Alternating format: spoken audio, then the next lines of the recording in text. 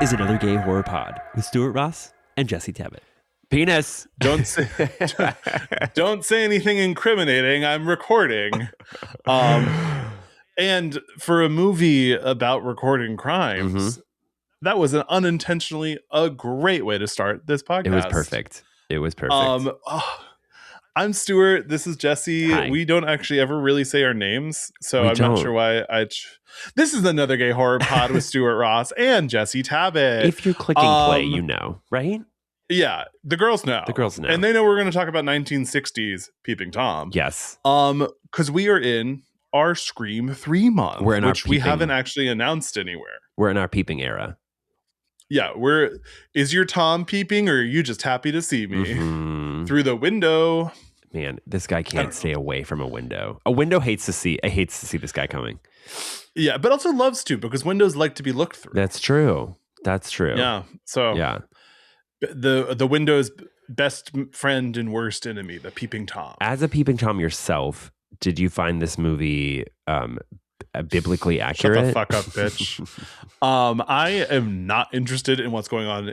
I am so self-centered, Jesse. Never forget, though.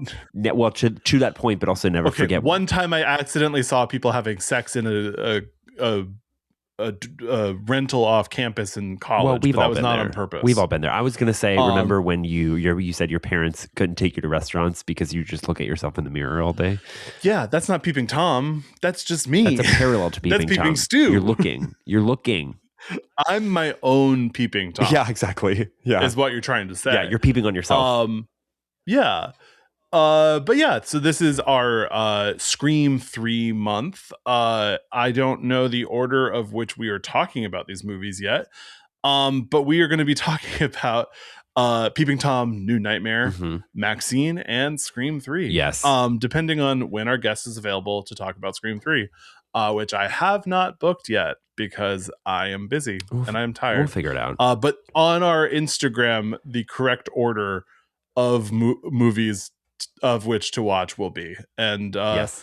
Welcome to a new month. We had incredible time with our season of The Hitch. Yes. 8 full weeks of Alfred Hitchcock and Alfred Hitchcock influenced movies.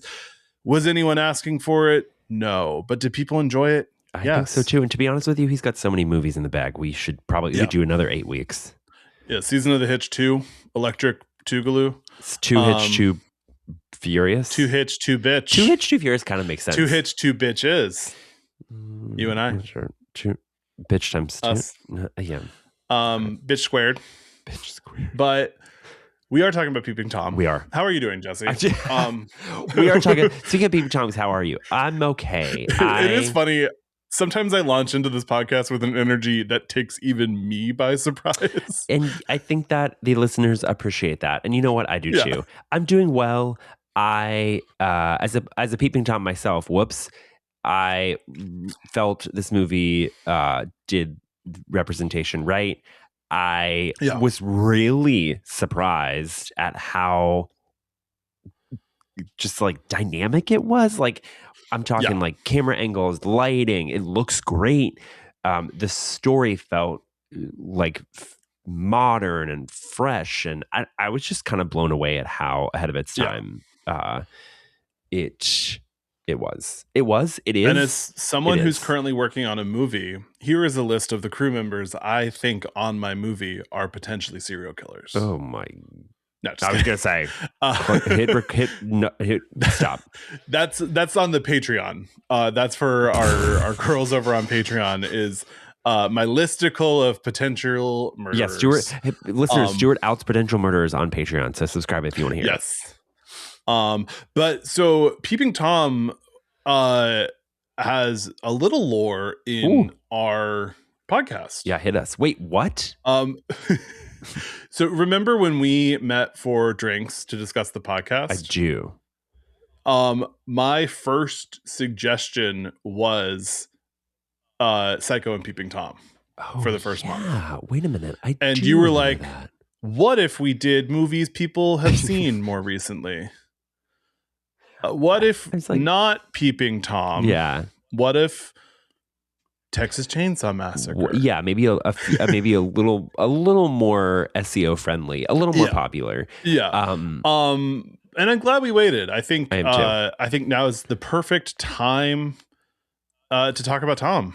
To talk about Tom, I think, but I do want you to feel validated. This movie is good, and it does feel. I don't know if important is the right word, but like it's kind of sort of deserves its flowers that it hasn't gotten. Correct me if I'm wrong. Yeah. You love this movie. So I do love this movie. Yeah, I'm excited to talk to you about it. It's often incorrectly cited as the first movie to put us in the killer's perspective. I don't have the exact one on the top of my hand, but something in the 40s did it first. Oh. So, but I think this was the first like widely accessible.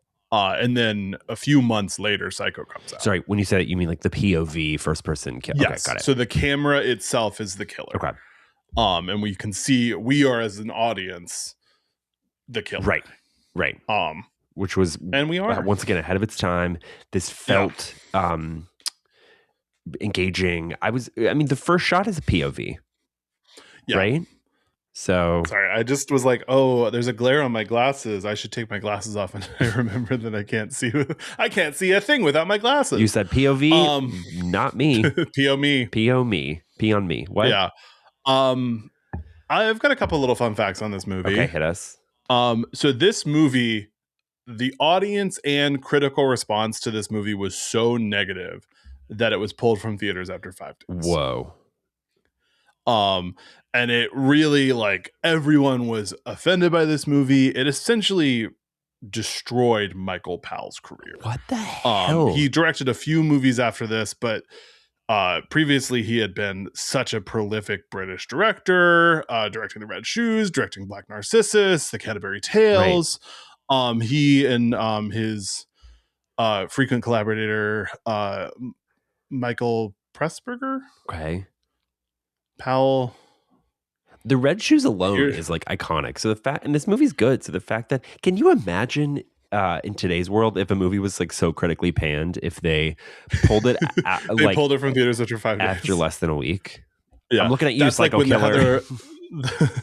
That's like the when the Heather Graham TV show Emily's Reasons Why Not was pulled after only one screening. You know what?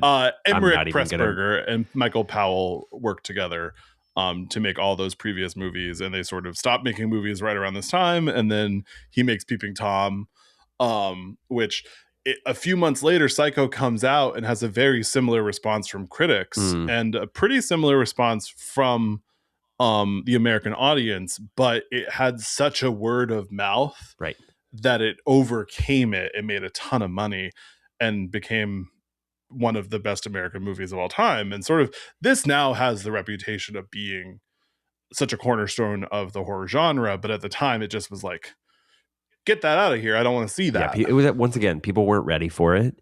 And wow, one of the best American movies of all time is huge praise. I don't know if I can. Oh, sorry. I thought you were talking about Peeping Tom. No. Yes. Psycho is one of the best American movies of all time. That's correct. Peeping Tom is a British movie, so I wouldn't even say it's the best of any kind of American movie. Watching it, I kind of forgot it was British. Like, yeah, I was because you're like, perverts aren't British. Well, also like some of their accents are like kind of weirdly like not consistent. Yeah, some of the acting in this movie is a little funky. Yeah. And then my other fun fact for this movie is that young Mark and his dad are actually footage of Michael Powell and his son. Oh my God, fun. Which got a lot of criticism. I believe that in 1960. Yeah. But so this movie essentially ruined Michael Powell's career. He made 4 or 5 more movies. So he was Thelma Schoonmaker, who is Scorsese's editor. Martin Scorsese's editor.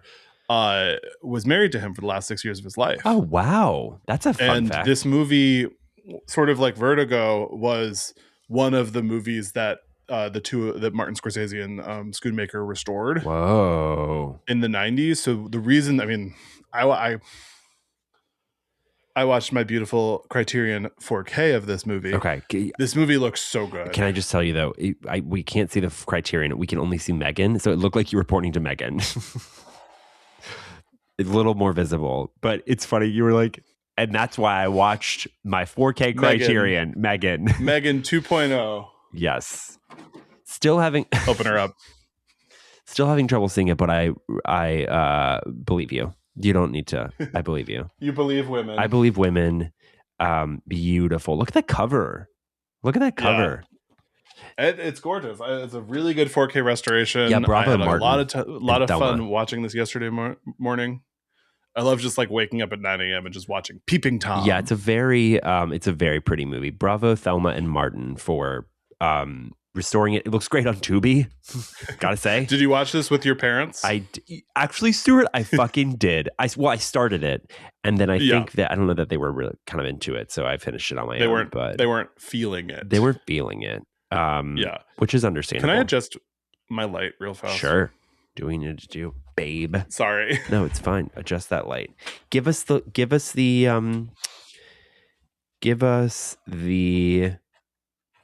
right light, bright light, night light, tight light, sight light. Is sight light an expression? That feels like it should be.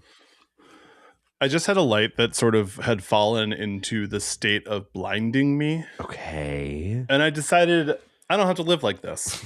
Yeah, your glasses were really sort of compromised, gotta say. Yeah. I'm struggling with my new setup, trying to figure out how to how to see but also be seen. I think you're doing a pretty good job. I'm doing okay. I'm trying. Okay, well, my opinion's the only one that matters, so. Yeah. So let's talk about let's wake up Peeping Tom. Yeah, let's peep that Tom. Yep, that worked. I started with in ye old London town. That's exactly how you should. Mark picks up a sex worker named Dora for £2. Yes. And films her the whole time. This sequence is great. Yeah. Just the sort of following her, taking her back to her flat. I wrote a lot of British terminology in this because I've been really into the ladies of London still. And so I feel culturally pretty British right now. Let's be honest. That's why you chose this movie, because you're watching Ladies of London and you said, I need to talk about a British horror movie. I need to talk about Mark Francis, who is the first ever male Ladies of London. Okay. Not Mark the killer from this movie. Here's a quick question for you. Do you think any of the Ladies of London have seen Peeping Tom and or know what Peeping Tom is? Okay. Lady Emma has. Okay. Mikey has, but she didn't like it because it wasn't mannerful. Okay. Margot has seen it because she's an actress. Missy has not seen it. Lady Martha has not seen it. These names. Kimmy has seen it, but didn't pay attention. Okay. Mark Francis hasn't seen it because he doesn't watch movies. And is there one more? Which of the ladies in London? I forgot. Oh, Lottie. No, Lottie has not seen it. But her husband has because he's a creep. The idea of not watching movies is so crazy. Like, I don't really watch movies. I'm like... Oh. A lot of people don't watch movies. I know. And it's really weird to me. I'm like, it is literally like the only thing that keeps me sane. Yeah. I'm like, how do you pass the time? We were supposed to... In classic Stuart and Chris function last night, we were supposed to go to Precinct, and we went to Bell's Bagels and had split a Reuben and some latkes and drank. I had a pickle martini. He had a gin and tonic, and we came home and we watched Dead Calm. Oh, Billy Zane. So hot. So hot. So it's hot. a great Nicole movie, too. Nicole performance. It was. I had never seen it. We watched a documentary about horror movies, and they played a clip from Dead Calm, and I was like, I've never heard of that. And I was like, it's on Tubi. We're watching it. Yeah, it's great. It's a great movie. Neil Jordan? No, who made that? Dead Calm. He did. Kenneth he ended Branagh? up doing but he would have it in him. He would have it in him. Philip Noyce. Yes. Who did Salt. Salt. That was that stuck out to me in his IMDb. Philip Noyce of Salt. Of Salt? Yeah. He actually does sort of a Hitchcock thing where it's a POV. Yeah. A couple of POV moments. He likes to insert. Oh, he also directed this movie Sliver. Yeah. Starring Sharon Stone and William Baldwin, which is crazy. I can picture the cover, the box art. Yes. Yeah. That movie is crazy. Yeah. And I think his marriage got ruined on that movie. But that's a story for when we're talking about Sliver and not talking about Peeping Tom, which is the movie we are talking about. Right. And sorry, that was a tangent. I'm closing all of my 12 open tabs. That's you know what? I don't know if I believe that, but I support you. So Dora, our sex worker, yes, takes him back to her flat, undresses, and then he stabs her with a tripod knife. This movie's nuts. This movie's nuts. Also, the fact that she would be, all the victims in this movie are so shocked that they can't move out of the way of the tripod knife, despite the weapon moving as slowly as fucking possible toward them is wild. They're so stunned. Well, we do find out there's a reason why. We do. I actually really liked that. Would you call that a plot twist? Yeah. I was just like, I would call it recontextualization with new information. Yeah, that's probably better. Reveal. It's a reveal. Yeah, I mean, but thinking about watching this movie in 1960 and seeing this opening, yeah, and then we immediately go to he's back at his place rewatching the scene we just saw. Mm-hmm. It's very this movie is so so good. There's a reason. I mean, Scream takes inspiration from it. It's meta. It's pretty meta, and ahead of its time once again. And it looks. I just can't stress enough how good it looks. Oh, it's gorgeous. Yeah, just a stellar looking movie. Do you think Hitchcock has seen it? Probably. Well, he's dead, but had. Have you ever seen Black Narcissus? No, I haven't. It's not a horror movie, but I think it's close. Didn't they sort of reboot it for FX? FX, yeah. Okay. But if we ever do a Nun month, which I'm on board, it's inevitable. I think we could sneak Black Narcissus in there, and people would be like, We could do Valak Vember. No, wait, what's Valak?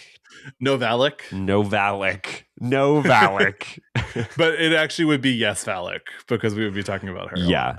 Or you could put it in parentheses and be like, no Valak, like you're being attacked by Valak. No Valak. With an exclamation point. So yeah, Mark is a real creep.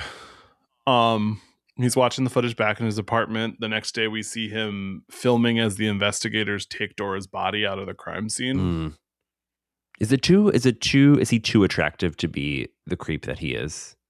Is he attractive? He's pretty handsome. Classically, he's blonde. He's well dressed. He's clean shaven. I'm gonna say there's a reason. If you're into that thing, there's a reason neighbor girl is all up in his business. She's down. That 21-year-old is down. That's a hard 21 too. I was like, well, I cannot tell what age he's supposed to be, but he looks about 40. Well, in 1960, I feel like everyone was 15 years older than they actually were. You know what I mean? Well, they were recently out of the war. They were tired as hell. Everyone was exhausted. That girl was trapped in Narnia for 6 years. Cinema was not in a great place outside of Psycho. No. Yeah. All they could do was have babies. Yes. Yeah. We go to Mark has a lot of jobs in this movie, which I found it's very millennial representation, gig economy. He's working at the magazine stand. A lot of this movie is him working. Yes. I'm like, a lot more than you'd think. A lot more. This is an hour and a half long movie, and like 90% of it is him just doing jobs. It's him doing jobs, which I guess I mean makes sense, because it's like he's in like you said, he's an everyman. It's relatable. He's kind of like under the radar, which allows him to do what he does, which is kill people, specifically women, with his tripod. But yeah, it's a lot of, I love it. Him working. We want men to have hobbies until this is the hobby they pick. Right. And of course a man would take his hobby and make it into murder. Yeah. You know? Peeping Tom. It's more of a calling, I would say. Peeping Tom. It is for him, it's a calling, because his dad, he's like picking up the what's the expression? Where his dad left off. It's picking up. The I think you baton. can just say picking up where his dad left off. Picking up the baton. Yeah. But you're right. Picking up where his dad left off. Yeah, that's what I'm trying to say. Thank you. Thank you. The thing you said is the thing you were trying to say. Oh my God. You know better than what you actually know. My intuition was spot on, as it usually is. That's not true. But anyway, Mark is working. Yeah, and he goes to work at the magazine shop, where a guy buys a few of like dirty adult magazines and then puts them into a bag labeled educational books. Yeah, it's like a porn bodega, right? I mean, a porndega, and like the porn is displayed on the front of the store. There's titties everywhere, and I'm like, is this a British thing? Like, this would not fly in America. They love them titties. The titties are pasted all over so the idea that you would have to put your porn coming out of a porn store and put it in educational materials is really funny. Because you're literally walking out of a porn shop. Everyone can see you're walking out of. I guess you're going to be walking down the street. Yeah. But it's not like, I'm just going to be outside of this porn shop all day. So he could have just put it in rolled it up and put it in a newspaper. The fact that he puts it in. He was buying newspapers too. Yeah. Well, that's what I'm saying. And he was negotiating a price. The guy was like, "Well, $5 or £5," and he was like, $4.20, mama. Yeah. I mean, good for him. Yeah. And you were saying, I don't even remember what episode, but you were saying that you used to work at a bookstore and people would buy porn, like Hustler, and put it in an Architectural Digest or whatever. Yeah, in newspapers. And I mean, he's clever. You know, if you want to like leave the store, the fact that he puts it in a folder that says educational materials is even more suspect. I'd be like, what? What? Yeah, nobody's reading educational books. Yeah. I mean, sure, I guess. Sure. Mark goes to his next gig, which is taking sexy lady photos. Yes. And including one woman who has a scar on her face. Yeah, it's sort of, this was kind of weird. I mean, not weird. That feels disrespectful to say, but the scar is revealed. The inclusion of it is weird. Yeah, she's like kind of like looking off in the distance, and you can see one half of her face, and then she turns toward Mark, and you see the scar, and he's like immediately drawn to it and wants to photograph her. He's like, I need to film you. He pulls out his video camera. Yeah. And he just starts rolling, baby. Wait, I kind of don't remember where we go from here. Next, we go back to his apartment, which is Helen's birthday party. Yes, of course. Yeah, of course. Again, a lot of movies at this time are just people. I guess all movies are just characters wandering from scene to scene. But it does feel like this movie, because there's such infrequent violence, but then there's so often repeated videos of violence. It's it's just a lot of following Mark through his day-to-day life doing his little jobs. Yes, and actually at this party is the first shot we get where he's peeping. He's peeping through a window looking like a goddamn creep, and everyone at the party's like, what's he doing? He's clearly looking in the window with his creepy ass smile. Not smile, but he's like, his eyes are wide open. Helen likes she for sure does. Yeah, she for sure. She's like, he's watching. She comes out. So they live across the hall from each other, and she comes out. He lives upstairs. He lives upstairs. Sorry, yes. He walks into the building after peeping. She comes out of her apartment and is like, would love for you to come into the party. And he's like, I don't think so, Mama. Yeah, I'm good. So he goes upstairs, and then she comes up with a slice of cake for him. Mm-hmm. Sweet. Prime corner piece of cake. And she has one candle lit on it, and he tells her to blow it out. And it's kind of, if you don't know what he does, it's a cute scene. Yeah. I mean, also it being her birthday and she bringing him cake lets you know how bad she wants it. Yeah. She wants whatever D is up there. He was peeping in, and she said, peep this. Peep this, mama. Peep this. I'm 21 now. Yeah, 21. Once again, not buying it, but but I guess the question would be, how old is the actress who played Helen? She was kind of giving in Spider-Man 3 the landlord's daughter. Do you know Landlord's what I'm daughter? talking about? Yes. Yeah. I know exactly what you're talking about. That's so she would have been 23 years old when this movie came out. Well, so cancel my you're ass. Just bullying this woman. Cancel my ass. How old was the actor who played Mark? Karl-Heinz Baum. He was 32. Okay, that sounds about right. Yeah. But I think he's like supposed to play like younger. That sounds about right too. Yeah. Both of those things check out. Yeah. But so she goes upstairs. She's like, come back down, hang out. He's like, no, I don't want to. And then he explains that he is their landlord. They're currently in his childhood house. He shows her his dark room and then shows her the footage of him and his dad as a kid. Yes. And his dad's a real creep. His dad is, I mean, this footage is wild. Well, Yeah, Peeping Tom. I don't want to say wild because I mean it's just of him. It's the footage is of him like being a kid. Like he's like, yeah, but it's like it feels weird. Sort of a similar light situation, which we later find out is a mirror. Yeah. So he's filming him through a mirror and like dropping iguanas on him. Yeah, and there's also like footage of him sleeping, and she's like, "Why are you being filmed while you're sleeping?" Tom. Yeah. Is there anyone named Tom in this movie? No. Unlike Rebecca, which had a character named Thomas. Yeah. But no. Wait. Crimson Peak. I was gonna say there's no Thomas in Rebecca. No. I live in the past, present, and future with this podcast.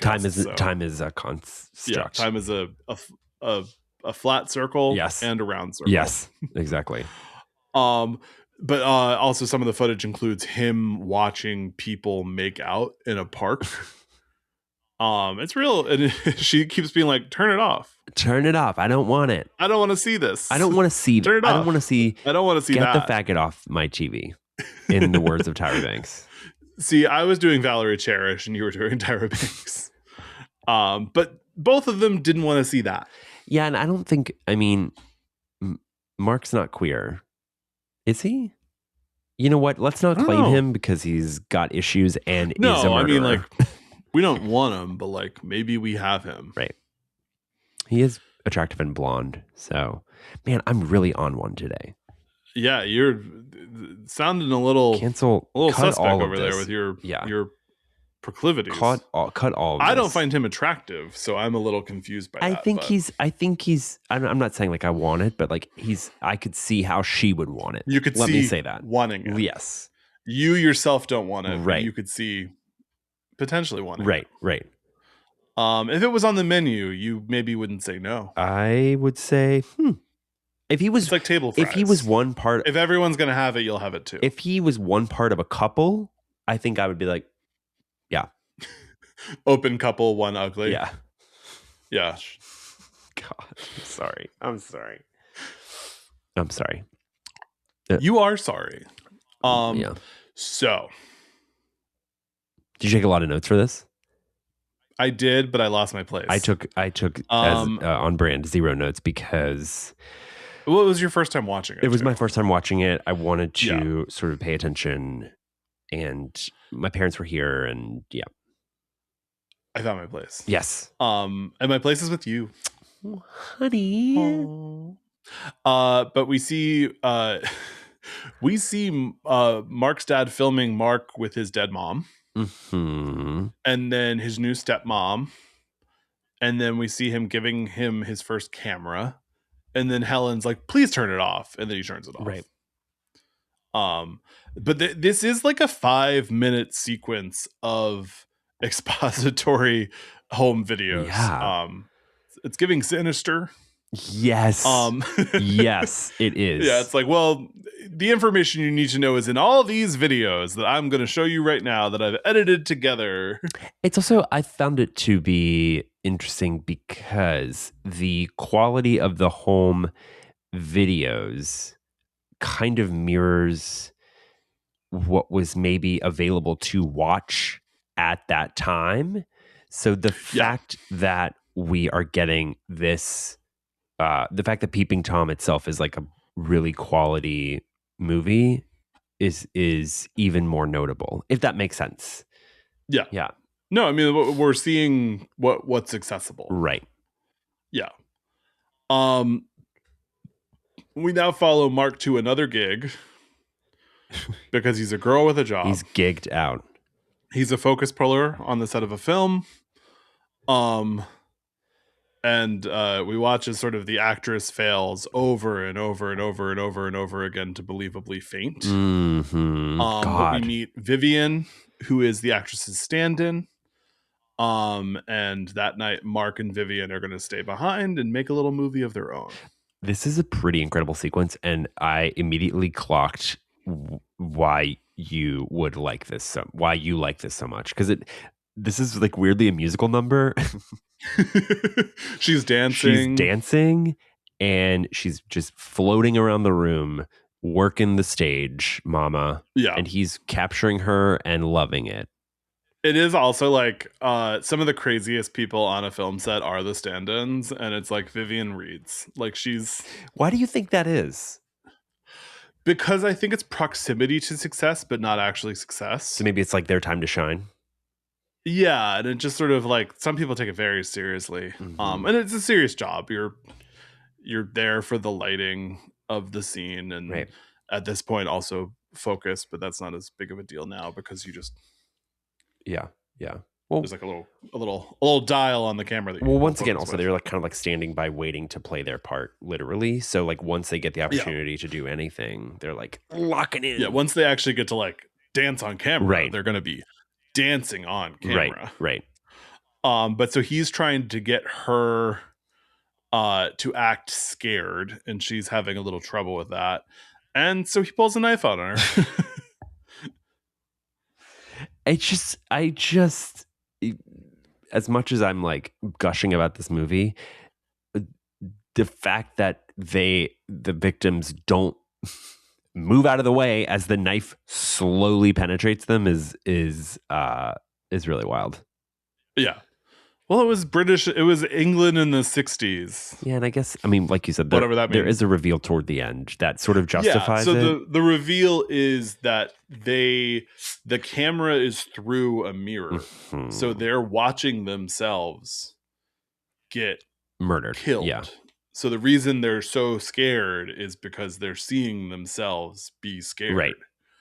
Which I don't know. So meta science. But yeah, but I mean, at that time, there wasn't anything like this movie. So the idea that they would be shook by that is believable, maybe. Yeah. So he stabs her to death into a trunk. Yes. And then leaves. Yep. For the evening. Yep. He goes home. He has a brooch for Helen as a present. She's writing a book for children about a magical camera, and he offers to take the pictures. He's kind of shook at first. He's like, can I be involved? He's like, that's my thing. Yeah. He's like, wait a minute, wait a minute, is this play about us? Yes, it's very that. Yeah. Helen is kind of a pick-me though. Totally. She's like, a pick-me. I love you so much. Yeah. A lot of people love you, but like I love you so much that I'm writing a children's book about a magical camera. And it isn't really, now that I'm thinking about it, it isn't really revealed how long she's known, or how long they've been neighbors. Like, yeah, because she and her mom, it seems like they don't know each other that well, but it seems like her and her mom have lived in this building for a very long period of time. Yeah, so like, how long has he lived there? Have they known each other since, they were teenagers? Yeah. So, but she's definitely a pick-me girl, and she's, as you said, writing a book, and he gets involved because it's about a camera. Magical camera. Just like his magical murder camera. You said it. I said it. So the next day, Mark goes back to set. They're retooling the scene to add a little comedy. And the comedy that they add is, what if you asked for different trunks? This scene kind of, or these sequences, the like on-set sequences, kind of put me in mind of Body Double. Just like they're chaotic, and the director is like kind of wacky and loud. It also sort of reminds me of the scene Sharon Tate is watching of herself in Once Upon a Time, which is like sort of like high camp comedy. Yeah. farce. Yes. Yeah. And this is very much like, you got a blue trunk. Yeah. These scenes are very comedic relief. I mean, like you said, the woman fainting earlier, they did how many takes? It was like over 40 takes. 99, I think they were on when they wrapped for the day. Which it's like faint this way, miserable. faint that way. And so they're the guy at the trunk store is getting her all the trunks, and then he's struggling with the blue trunk that she asked for, and it's because Vivian's in there. Yikes! Not where you want your stand-in to be. Yikes! Yeah. Don't touch the trunk. Don't open the trunk. No, unless you're unless you want to see what's inside. Unless you want to see what's inside, which is a body. So the police come to interview everyone. The whole time Mark is filming, and one of his coworkers is like, "Don't you think they're going to think you're suspicious?" And he's like, "I'm making a documentary." There's this really funny scene where Mark's being interrogated, and then he gets up to leave and like grabs the door, and there's like a music cue, and it's like the cop's like, "Wait a minute," and he's like, "What?" And then the cop's like, "Can you show me to set? Can you give me the directions to set?" It was just like really funny. Yeah, it was. And then we get Mark up in the rafters filming them on set. Yeah. Yes. And it's very much like all of his pencils fall out of his pocket, which is why you need a pocket protector, because that'll keep those in there. Yes. But they fall and they hit the ground, and they're all like, "What was that?" Probably nothing. Yes. Literally, that's what happens. They're like, "Never mind." Like, you think the gig is up, and it's like, nope. Yeah. This movie does a lot of like building tension for no reason. It also doesn't do the cops any favors, like how police are painted. Well, also, in a minute, he's climbing down the ladder, and they've got the flashlight on the ladder, and they see his feet are in the flashlight, and they just go into a different direction. Well, I mean, he is such an unassuming sort of like person, like at face value, so not suspecting him, I guess, makes sense. Yeah, if you're a lazy cop, that makes sense. Yeah. ACAB includes the Bobby Patrol in England, or whatever they call them. Bobby Patrol? I don't know. I think I just made that up. That seems purely made up. Do you ever say what you think could be British slang? Every other episode. Yeah. Of this podcast. I'm just out here saying tchotchke. I mean, that's a real word. That is a real word, but is it British? It feels British. No. A bobby is a slang term for a member of the London's Metropolitan Police. Apologize now, Jesse. Oh, so you were right. I was right. Okay. But British slang sounds so stupid. We ride a lift. Respectfully to our British listeners. Yes. Yeah. No, we love you. We honor you guys. I'm sure American slang sounds stupid to you. American slang sounds dumb as hell. I'm sure we're out here being like, do you want cheese on that? Like, it sounds dumb as hell to us, so I can't imagine what it sounds like to other countries. Yeah. Yeah. They're like, those idiots. And I'm like, yeah. We are idiots. But yeah, Bobby is a dumb name for cops. So yeah, maybe we're equal. I don't know. Maybe we're all dumb. Get wrecked, Bobby. Yeah. Parentheses, all police. All ACAB stands for ABAB. Yeah. All Bobbies are bastards. All Barbies are ABAB. ABAB. So he drops the pencils. I lost my place in my notes. He's climbing the ladder. Basically, we sort of understand that he's being overlooked as a suspect. Yes. But they have linked the two murders together because both of them looked so scared. Yeah, police work in the 60s. Yeah. They're like, we don't have DNA yet. Yeah. But they both looked scared. Unbelievable revelation. That's got to be connected. Yeah. Breaking news. People scared getting murdered. Helen's reading her mom the story about the murder at the studio. Yes. And her mom's like, Mark's in the movies, right? She's also blind, but it isn't really revealed that she's blind yet. But she has ESP for Mark watching through window. Yeah, and other than this scene, this is actually the first scene I think where you kind of like are clued into to her being blind. Maybe. and it's the first time you're clued into the fact that she has an opinion about Mark at all. Right. And it's not positive. Yeah, she doesn't like Mark. She gets bad vibes. Yeah. She's like, Mark's in the window. And then Helen's like, how do you know? And she's like, the back of my hair ran cold. It's like, okay. It was like great British mom. She's got impression. Peeping Tom ESP, where she can just feel it. We need that now more than ever. Yeah. Especially at your apartment. Your apartment is a watcher's dream. Well, I'm peeping. So maybe we don't need that now more than ever. It's both incoming and outgoing. Yes. A watcher's peep dream. Me, peep you. Peep you, peep me. My apartment, as previously discussed, is actually pretty hard to peep into because of all the trees.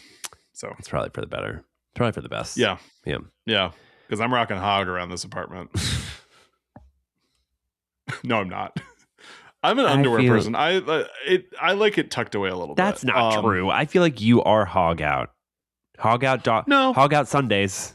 You're hog out right now. Off hogout.com. Hog out. Patreon listeners, Stuart's going to pan the camera down in about 20 seconds. So if you want to get the... I am wearing like the shortest shorts. Yeah, I am wearing shorts too. I just don't feel like... I feel like being comfortable. Me too. At all times. Yeah. At all times. Well, you know who's not comfortable? Helen. She's uncomfortable with the presence of Mark in her apartment. Correct. Helen is comfortable. Helen's mom. Helen is down. Helen's too comfortable. Her mom said. Helen loves that little freak. Yeah, her mom said not him. She's into it. Yeah. Now more than ever. So they're gonna go to dinner. Yes. Helen and Mark. And she's like, what if no camera? Hey, well, maybe keep your camera at home. Yeah. And he's like, I've actually never thought about that before. What if no camera? And so he's like, okay, we're going to leave it at home. And they go out and have a lovely night without his camera. Just cute. And Helen goes to return the camera to him and she turns it back on herself. And he's like, no. I will never film you. Yeah. I can't do it. I can't film you. Yeah. He goes back upstairs and finds Helen's mom up there. Yeah, it's kind of a jump scare because he turns the lights on and she's just standing it is kind of like Wreck, the ending of where it's just like woman in corner. Peeping Tom walked so Wreck could run. Also, it's not like she's blind. Like, how did she get up? It's kind of she says like, I felt my way up here. Yeah. And she did. And it's kind of Daredevil-esque. Yeah, it is Daredevil-esque. And I feel like movies used to not understand what they just used to not be like, what is blind? They weren't like, meaning, is this realistic? Like, oh, she probably has a superpower where she can feel Mark's presence through a window. Yeah, they definitely didn't do kind of research into... No, they weren't like, talk to a blind person. Yeah, they were like, well, I'm sure she has a superpower. It was purely like an A to B to C plot device of them being like... I don't know, she felt her way up here, I guess. That being said, this is a really effective scene, maybe like the most effective scene in the movie. Yeah. And you need someone who, in a movie about watching, the counterpoint of someone who can't see. Right. Makes sense. Right. And she is really the only one to, for the longest time, push back against Mark. And it's funny because he is weird. He's weird as hell. He's weird. He's not like, I mean, Anthony Perkins in Psycho, you get why everyone wants to raw him. Yeah. Because he's hot and nice. He's considerably more charismatic. He's a little weird. He's a little weird. Yeah, but he's not like, this guy's weird. This guy's with looking in your window and you can see him. At least Norman Bates knows that he doesn't want to be seen. Yeah. Yeah. This guy doesn't give a shit. He's a sneaky little devil about this guy is the least Mark, thing from sneaky. He's just looking through window. Yeah, he's peeping. Yeah. Peeping Mark. Peeping Mark? Yeah. That's why they call it Peeping Mark. Anyway, Helen's mom isn't peeping, but she can sense that Mark is fucked up. And while she's sort of like giving him the skinny on his how she feels about him, he starts to, correct me if I'm wrong, play one of his murder movies. Yeah. And Obviously, she can't see it. She can't see it. And he kind of like is getting off on the fact that he's playing it with another person in the room. And Yeah. it's pretty effective, gotta say. And she's like, well, I can always hear you watching your movies up here, freak. Whatever weird porno stuff you got going on up here, that's not British. And he's like, you don't even know what weird it is. Yeah, and he kind of sort of has a meltdown. He's like... Yeah, well, and she's like, I don't want you near Helen until you figured your shit out. Mm-hmm. And then he's like, honestly, same. Yeah. And then she's like, well, we're going to have to leave. And he's like, you'll never have to move out. Right. Like, you guys are safe here. Right. Don't worry about it, Diva. Don't worry about it, Diva, he says to Helen's mom. And she says, okay. Yeah. And then the next day we go back to the film set where they bring in a psychiatrist to deal with the actress after her meltdown. Dr. Loomis. Yes. And he's talking to the psychiatrist and he's like, are you familiar with my dad's work? And he's like, about Peeping Toms? Yes. Yeah, it feels kind of like I am random, familiar with that work. Right? It feels kind of random. Like, was his dad like Andy Warhol? Like, how would this psychiatrist like have known about his dad's work? I think his dad is like a famous... Andy Warhol is not a psychiatrist. He's an artist. No, I'm saying Mark's dad is an artist-ish, presumably. He's a psychiatrist. Oh, he is? Oh, he is. He is. Yeah. Sorry. Yes, you're right. He is. He is. He is. What was I I was like, saying? what are you talking Never about? mind. Never mind. It's okay. Who's a famous psychiatrist? Sigmund Freud. That's what I thought you meant when you said Andy Warhol. But you just kept saying Andy Warhol, and then I know. Cut this. I wasn't going to fight you on it because. Well, I was thinking of his dad's sort of like filming through the lens of like an artist, and I think that's what I was thinking. Yeah, of. Yeah. But he was filming through the lens of a pervert, right? And that tea matters. Piping hot, and the psychiatrist, sure enough, the psychiatrist is like, "Yeah, I have heard of your dad. Yeah, he's into perverts. He's a pervy little bitch, or he was a pervy little bitch because he died." Yeah. Yeah.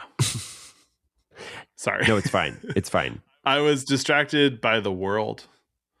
And that happens sometimes. You know who's not distracted? Mark. He is. He's on his tea. He is shook that the psychiatrist knew his dad. Yeah. And then he goes to photograph a woman who he murders. And the woman... It's crazy. We're like almost at the end of this movie and there's only 3 people have died. Yeah, it is. I also always remember incorrectly that Helen's mom dies. Yeah, she doesn't die. Yeah. No, she doesn't. Yeah. But in my mind, like every time I watch this movie, I was like, well, now Helen's mom died. Well, they kind of like set you up to think that when she pops up in the apartment and he puts the movie on, right? And I think that's the most suspenseful scene for me in the movie. And so, yeah, she does not die. And at this point, Mark is back to one of his gigs in the porn bodega, filming one of the sex workers. And correct me if I'm wrong, but bless you. At this point, one of the police officers like kind of starts to suspect Mark. He's like, "What if the weird guy on set did murder?" Yeah, and so he starts to follow Mark, and Mark clocks it. He's kind of like looking out the window of the porn bodega at the police officer that's following him, and the sex worker is like, "Are you going to shoot me or not? Are you going to capture my titties or not?" Yeah. And he's like, yeah. He's like, okay. It's like, fine. Did I misstep? No, okay. You didn't. Okay. And then he murders her. But gotta say, brave, pretty bold to do a murder while the police are outside. So I think at this point we sort of realize that he does want to get caught. Yeah, because he keeps referring to his work as his documentary, and he keeps saying that he's got a great ending in mind. Right. And he keeps like, this is his life's work. Right. And I think he knows that it ends when he's caught. Right. So he goes home and Helen Helen, while he's out murdering woman, goes into his apartment to leave a copy of her book. Right. And she finally watches one of his films and is like, wow, he did murder. Wow, he's actually insane. And we don't actually see which Yeah. film. We just kind of see her looking at the film, which is maybe a reference to how Enough. he wants to... we see her reaction, which is what he wants of his victims. Yeah. Yeah. And so he explains that his dad recorded everything, and that's where he got his predilection for recording everything. Ooh, good word. He reveals that all of the rooms in the house are set up to record audio. Yeah. This was weird. And he plays her a recording of her kissing some guy, I think. Yeah, this kind of wasn't really clear to me. Yeah. He's like age 7, age... so that's kind of why I was confused about her affinity for him, because the implication is that he's been documenting her, right? I don't think she's been there that whole time. I think when he's talking about age 7, he's talking about videos of him. Oh, okay. Yeah. Wow. Whoops. But then he also reveals that the whole house is hooked up for audio and that it's still recording. Okay. And then the the police show up and he smashes a hole in the window and they're like, "Oh no." And they're like, "It's just his camera." They think it's a gun for a second. And then he rigs up his camera and takes his own life with his tripod. Well, shortly before this, we get the reveal that to the camera he's attached a mirror, and that he strives to, as he's murdering his victims, like reflect back to them their expression while they're being murdered. See their own final moment. Right. And she refuses to look into it, which probably saves her life. Yes, and it activates him. But he there's a pun here that I'm not thinking of. He's ready for his close-up. He closes himself up. No, that's not right. No. He dies. He does run across the room with timed photo cameras that he's very well set up the timers on. It's kind of like a Rube Goldberg situation. But like of cameras, which is funny because he's running straight into a video camera, and I don't think you need the little pictures on the way to the video camera. I think if you just frame the shot correctly, you can see yourself the whole way. Well, 1960. And then he sort of pauses for a second, and he's scared, and then he stabs himself on tripod. He got the final shot. He got the shot. Did. No, that's not a good one. He captured.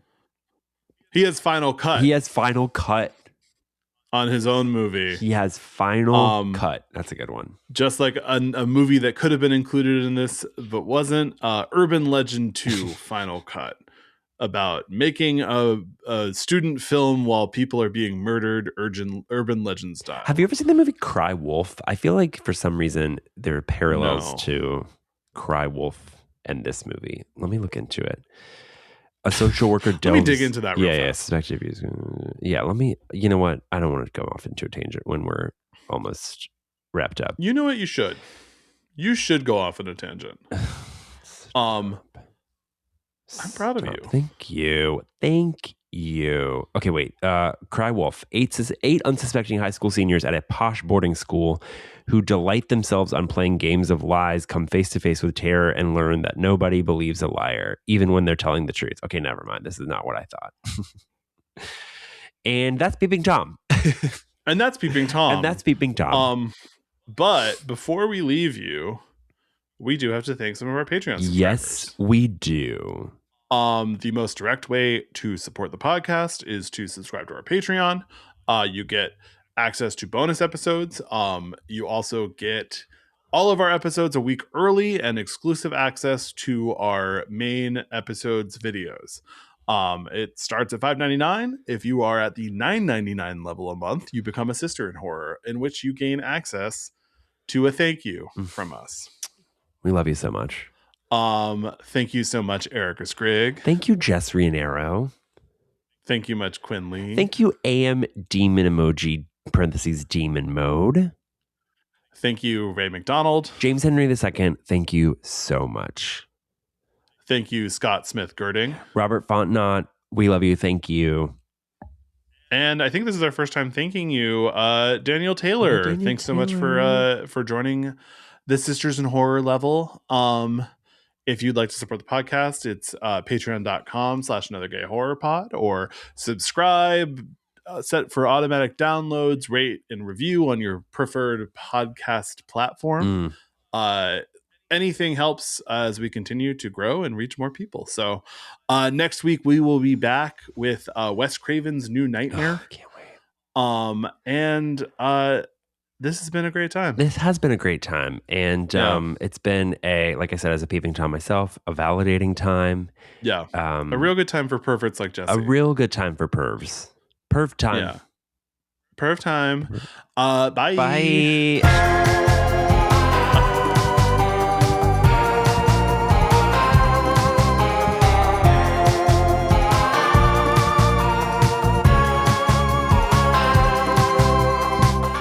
This podcast has been presented and produced by Stuart Ross and Jesse Tappett. Edited by Stuart Ross. All recording equipment provided by Photo Booth Productions. To support our podcast, join us at patreon.com/anothergayhorrorpod.